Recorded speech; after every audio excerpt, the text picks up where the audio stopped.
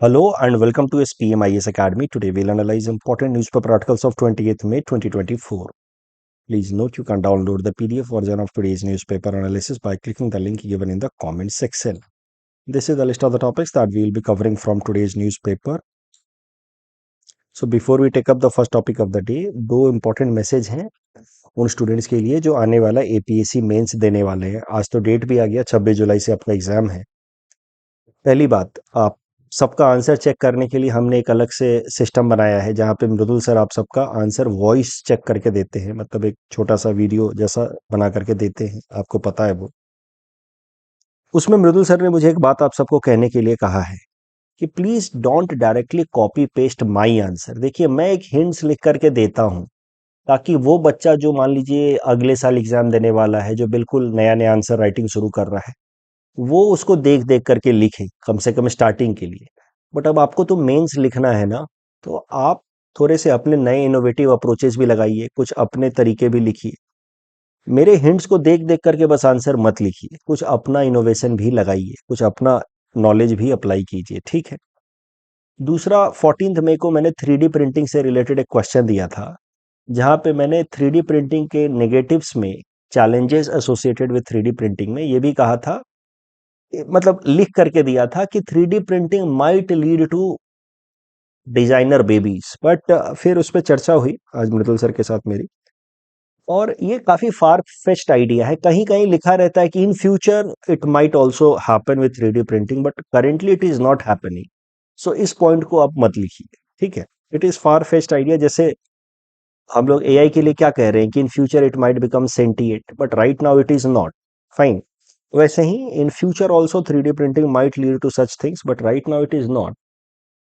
Designer babies के लिए हमें क्या चाहिए? जीन एडिटिंग चाहिए। 3D प्रिंटिंग अभी उस डायरेक्शन में काम नहीं कर रहा है, तो इसलिए इस आइडिया को लिखने से बच सकते हैं, ठीक है। मैंने लिख करके दिया था, लेकिन उसको आप अवॉइड कीजिए। चलिए, the first topic is Nixon, which means doing nothing. ये टॉपिक आज आसाम ट्रिब्यून न्यूज़पेपर आर्टिकल आया है। काफी अच्छा लगा मुझे इसको। हम लोग पढ़ेंगे तो इससे हमें एस्से राइटिंग में और GS paper for ethics and integrity दोनों में काफी मदद मिल सकती है। सबसे पहले समझते हैं निक्सन होता क्या है। देखिए, निक्सन एक डच फिलॉसफी है। डच लोग इसको प्रैक्टिस करते हैं ऑन रेगुलर बेसिस। निक्सन का सरल सा मतलब होता है the art of doing nothing. कुछ मत कीजिए। हर दिन कम से कम 10 15 20 मिनट डच लोग क्या करते हैं, आधा घंटा 1 घंटा शांति से बैठते हैं, कुछ नहीं करते हैं। पर्पसफुल आइडलनेस इसको कहते हैं। तो निक्सन जो अप्रोच है, इसके अंतर्गत, या निक्सन जो प्रैक्टिस है, इसके अंतर्गत द आइडिया इज कि you give you some time to yourself and you do something without any ultimate motive of achieving something. जैसे बैठ करके आराम से आप चाय पी रहे हैं, बैठे हैं बस, और ऐसा उस मोमेंट में आप कुछ भी ऐसा नहीं कर रहे जिससे आपको कुछ भविष्य में पाने की उम्मीद हो। हम लोग हर वक्त क्या करते रहते, कुछ ना कुछ काम करते रहते, इस उम्मीद में कि हमें भविष्य में कुछ इससे, इस काम का फायदा मिलेगा। But in doing that we stop living in the moment, we stop living in the present. तो sometimes we must live in the present also, sometimes we must observe events happening around, boring dull events happening around. और उस practice को कहा जाता है Nixon, जहां पे लोग आराम से बैठते हैं, आसपास की चीजों को ऑब्जर्व करते हैं। Simply be present in the moment. But niksen is not laziness, it is rather mindful moment. You are completely aware, mindful moment, you are aware of the events happening around, you are resting, you are recharging your body and mind. So activities that can be done in order to practice Nixon is like listening to some calm music, walk in some area which is having natural sceneries, simply sit in silence. Nixon can be practiced while waiting in a line to catch a bus without any anxiety कि कब बस मिलेगी, कहीं मैं late तो नहीं हो गया। आप आराम से बैठे हैं, खड़े हैं लाइन में, आप लोगों को आसपास में ऑब्जर्व कर रहे हैं। So doing something without expecting some outcome, is practice of niksen. और ये डच लोग डेली बेसिस पे अपने जीवन में करते हैं। That is one reason why Dutch people are one of the happiest people. Niksen के फायदे क्या है? इससे मेंटल वेलबींग को बनाए रखने में मदद मिलती है। ऑब्जर्वेशन एबिलिटी आपकी स्ट्रांग होती है, छोटी छोटी चीजों को ऑब्जर्व करने की आपकी काबिलियत बढ़ती है।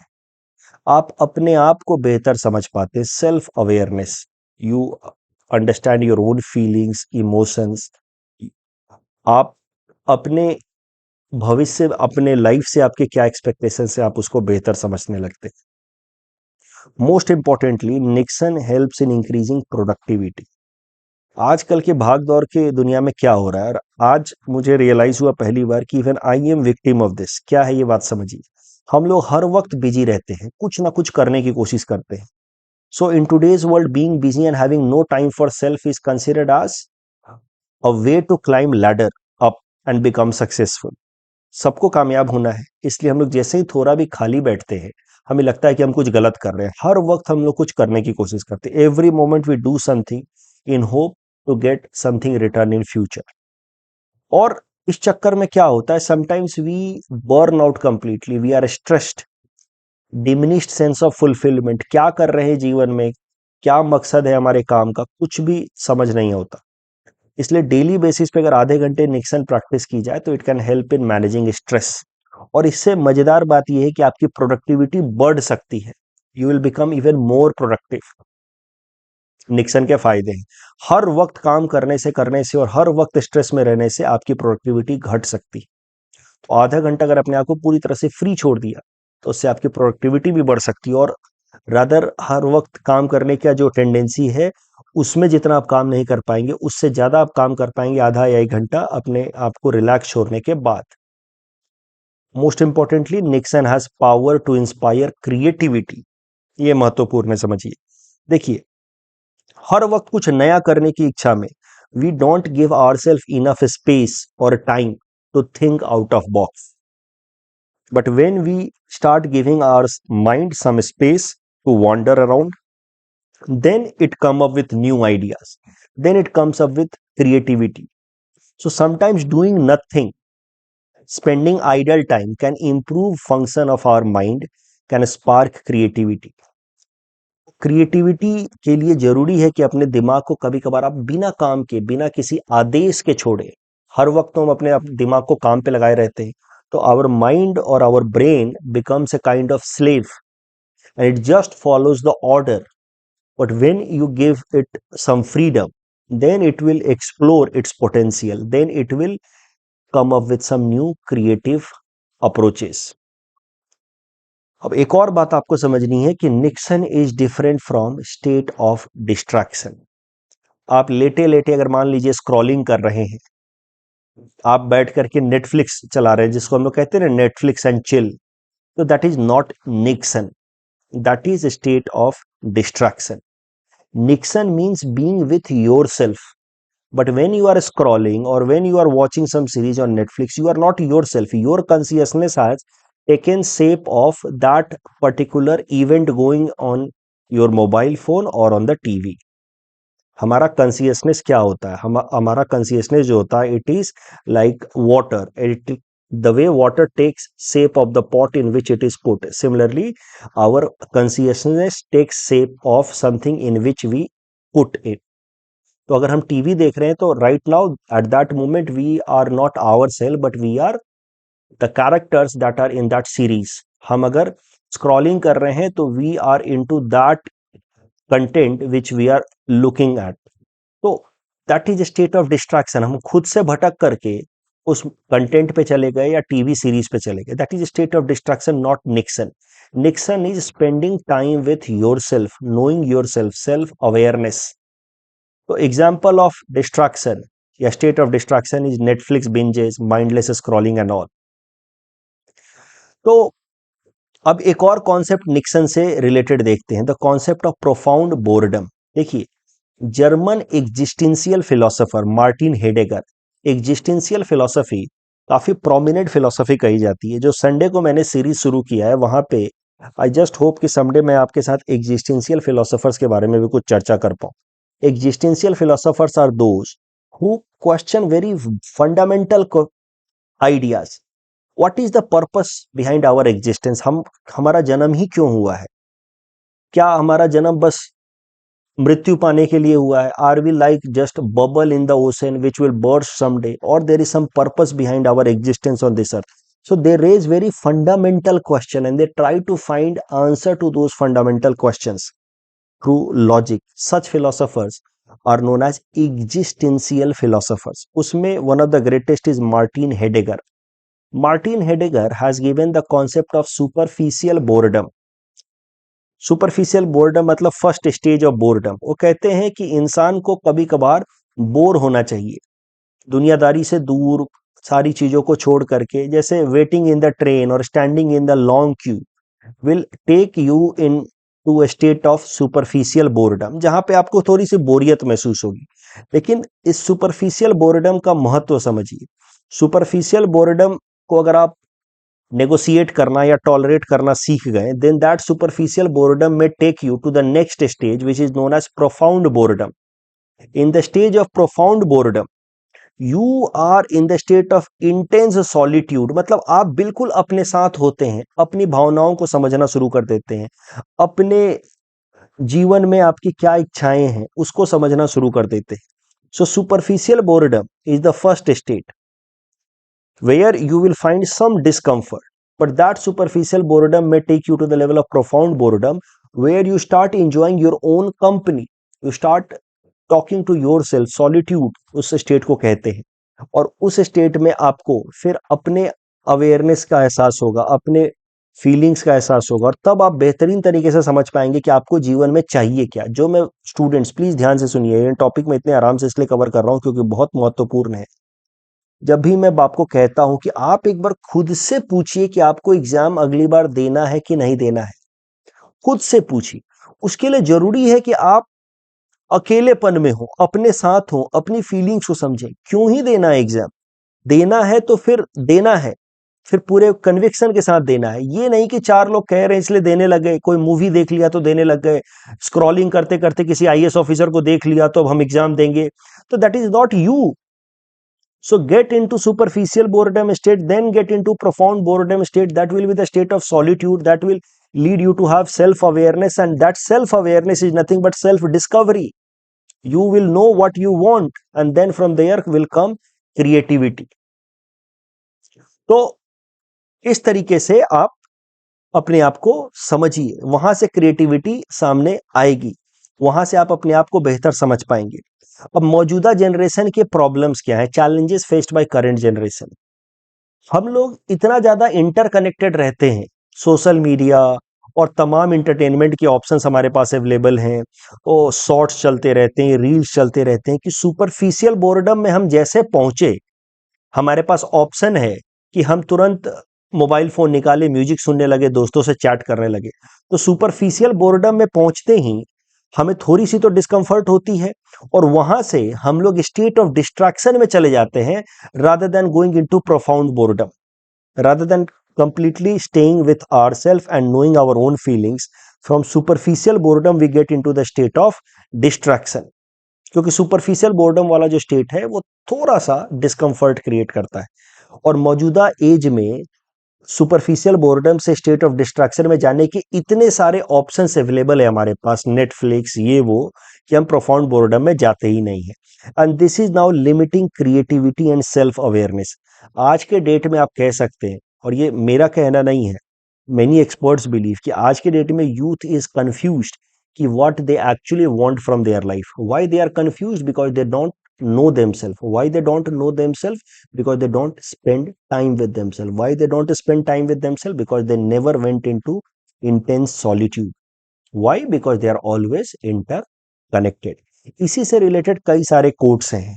सदगुरु का एक कोट है, when you are alone if you feel lonely obviously you are in a bad company. इसका सरल सा मतलब ये है, अलोन मतलब आप फिजिकल तरीके से अकेले हैं. मान लीजिए घर पे आप अकेले हैं और उस वक्त आपको लोनलीनेस महसूस हो रहा है, इसका मतलब कहीं ना कहीं you don't enjoy your own company, you don't know yourself. Where you feel lonely? When you are with strangers. But when you are stranger with your self, you don't know your own being, your own awareness. You are not aware about your own self, then when you will be alone at, मान लीजिए किसी भी जगह पे, तो ये physical sense में अकेलेपन को रिप्रेजेंट कर रहा है, सॉलिटरीनेस को. And then in that physical sense when you are mentally feeling solitariness, loneliness, it is a sense of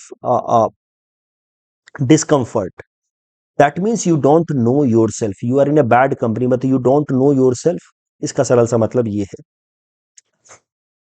ऐसी ही बात कही थी दूसरे existential philosopher Jean Paul Sartre ने भी. If you are lonely, when you are alone, you are in a bad company. Swami Vivekananda ji ने क्या कहा है? Talk to yourself once in a day, otherwise you may miss meeting an excellent person in the world. मतलब at least go for 10 minutes into this profound boredom. This profound boredom is nothing but Nixon approach. So talk to yourself 10 minutes on daily basis. Go into profound boredom. Go into Nixon. Then you will know yourself. And when you know yourself, then you will be aware about yourself. And then only you will know what you actually want from your life. Otherwise, you will always remain in a state of discomfort. But superficial boredom से हम लोग चले जाते हैं state of distraction में.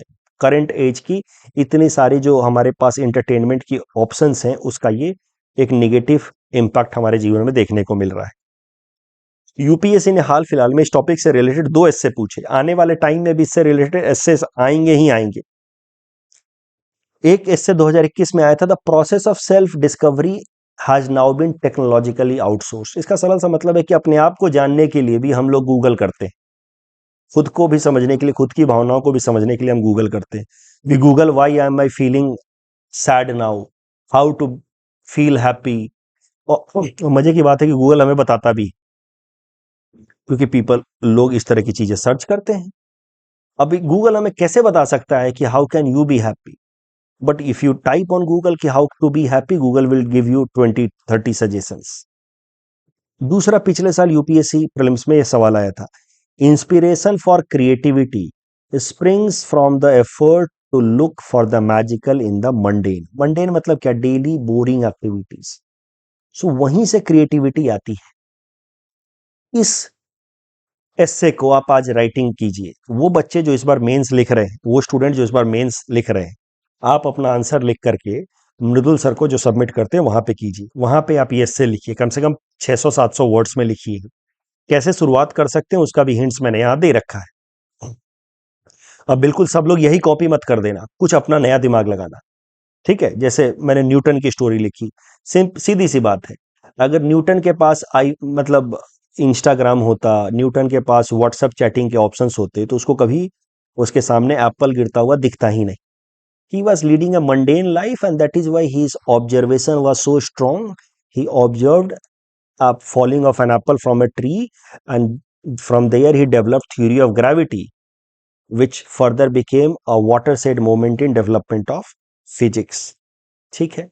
Next topic is mega dam on Great Bend of Brahmaputra. This topic is important from our syllabus GS paper 2. International relations point of view, also important from syllabus of GS paper 5 Assam issues perspective. देखिए, भारत और चीन दोनों की अगर आप बात करें तो दोनों ऐसे देश हैं जो वाटर डेफिशिएंट कंट्री हैं. मतलब जनसंख्या के हिसाब से वहां वाटर रिसोर्सेस कम है. चीन की अगर बात की जाए, चाइना की बात की जाए, तो it has 20% approximately of world population and only 7% of water resource. Similarly for India about 18-19%. अब तो India has over surpass China in terms of population, but water related अभी भी यही डेटा दिए गए हैं. तो ये डेटा भारत से संबंधित आप रट लेना कि 17% of world population but only 4% of water resource. ये 2021 का डेटा मैं आपको कोट कर रहा हूँ, मिनिस्ट्री ऑफ वाटर रिसोर्स ने तब दिया था. अब तो India surpassed China, but India के कॉन्टेक्स्ट में आप ये याद कर लो, India has 17% of world population but only 4% of water resource. Same skewed relation is in China as well. Population is more as compare to the availability of water resources. तो इसका मतलब यह है कि दोनों ही देश वाटर डेफिशिएंट कंट्री हैं. अब भारत के केस में अगर बात की जाए तो भारत में आपको एक वाटर डिवाइड लाइन भी देखने को मिलता है. एक पर्टिकुलर एरिया जो है, ये लाइन को आप कह सकते हैं वाटर डिवाइड लाइन. इससे जो वेस्ट वाला area, it is water deficient. जैसे ईस्ट वाला एरिया जो है, यहाँ पे moderately water is available more as compare to the western side, and that is why this line is known as water divide line.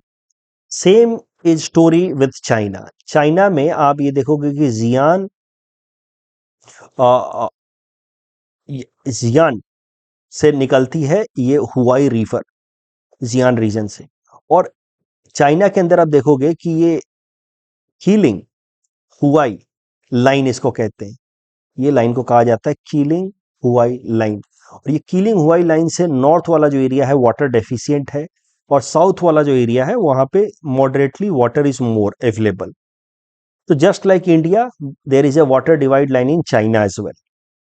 और अब China क्या करता है, क्योंकि उसके नॉर्थ साइड में वाटर की डेफिशिएंसी है, इसलिए वो क्या करता है, सदर्न रीजन से जो रिवर्स पास होते हैं उनके ऊपर बड़े बड़े डैम बना करके उन पानी को वो डाइवर्ट करता है in the northern region, in the water deficient reason.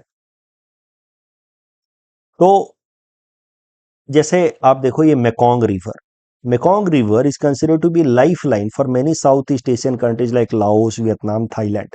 इसके ऊपर चाइना ने बना दिया डैम, और पानी को डाइवर्ट करता है in the northern part of China. Similarly अब चाइना क्या कर रहा है, एक बड़ा सा डैम बनाया है, जैंगमू डैम ऑन ब्रह्मपुत्रा, और ब्रह्मपुत्रा रिवर के पानी को डाइवर्ट कर रहा है in the northern region. Basically China being upper riparian state, upper riparian state मतलब जहां से नदियां आ रही हैं उस रीजन में चाइना है, that is giving it a geographical advantage.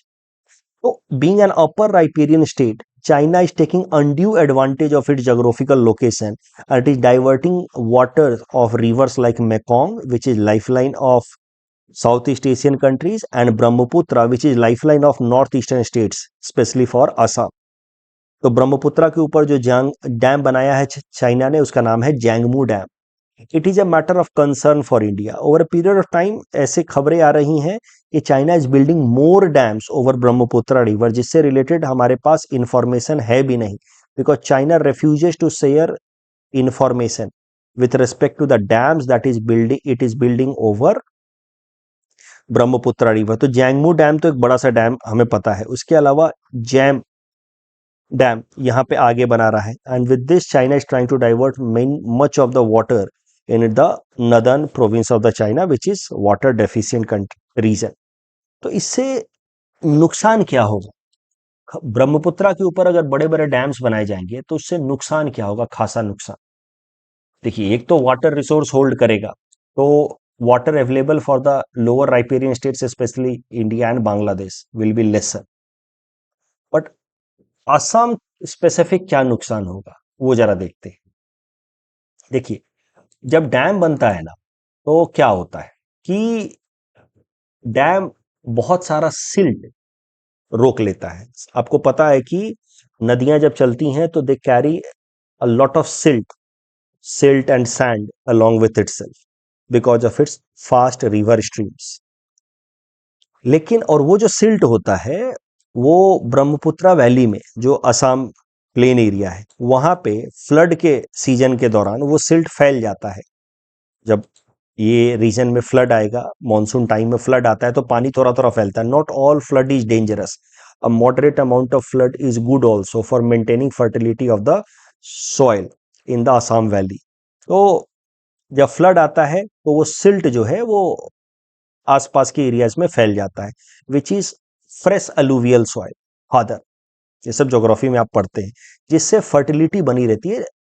Moderate amount का टाइप का फ्लड जिससे फ्रेश सिल्ट फैलता है, स्प्रेड होता है, जिससे सॉइल की फर्टिलिटी बनी रहती है।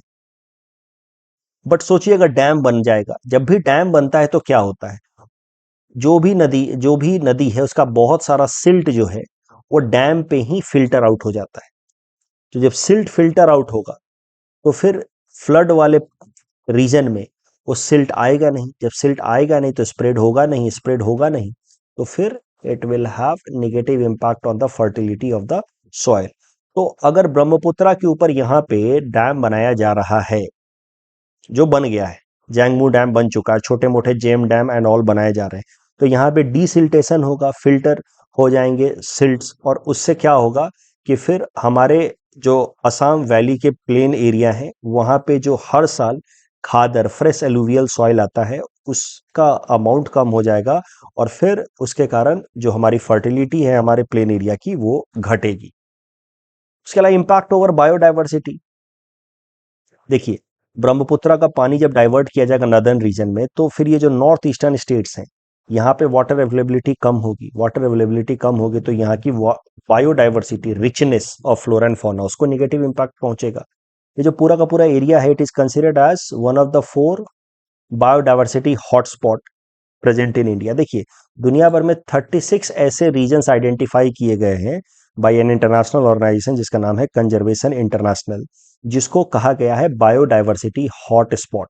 बायोडाइवर्सिटी हॉटस्पॉट्स वो हैं जहां पे इन जनरल बायोडाइवर्सिटी यानी कि रिचनेस इन लाइफ, बायो मतलब होता है लाइफ, डाइवर्सिटी मतलब richness, richness in life is very diverse, very wide.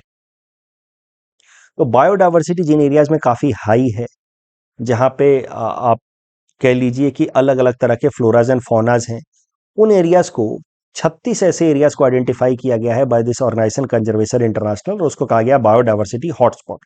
उसमें से 4 भारत में आते हैं।